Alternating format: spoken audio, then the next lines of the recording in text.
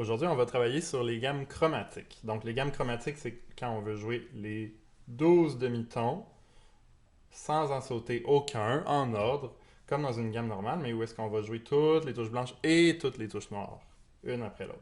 Donc, on a deux doigtés qui existent. Je vais commencer juste une main à la fois.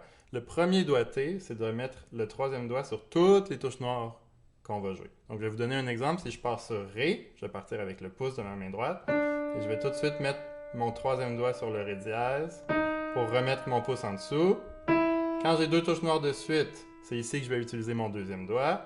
Donc, le troisième doigt va être prêt pour être utilisé pour le Fa dièse. Et on continue comme ça. Quand on retrouve deux touches blanches de suite, on reprend le deuxième doigt.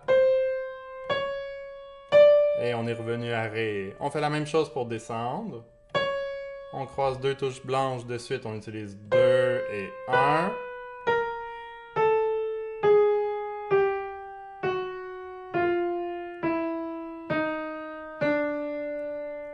Ça fonctionne pour les deux mains exactement pareil. C'est pour ça que je pars sur Ré, parce que le piano va être exactement symétrique. Donc les deux mains vont être en miroir. Alors si vous faites les deux mains ensemble, vous partez les deux pouces ensemble sur Ré.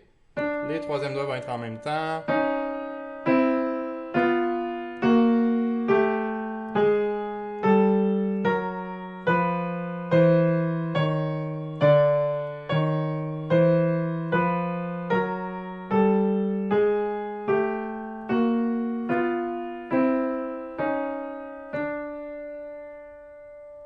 Et voilà.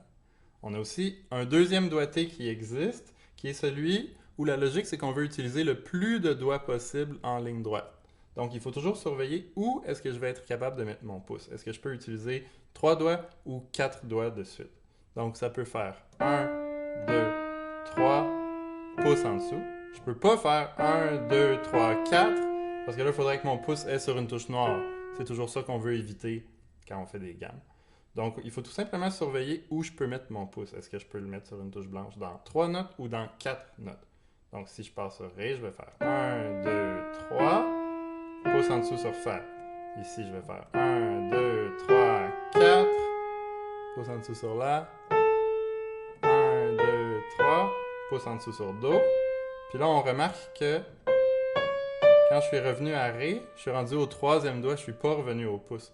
C'est un schéma qui se répète sur 2 octaves et non pas sur 1 octave. Donc si on continue, pouce en dessous sur Mi, pouce en dessous sur Sol, pouce en dessous sur Si, et finalement, j'ai retrouvé mon Ré. 4,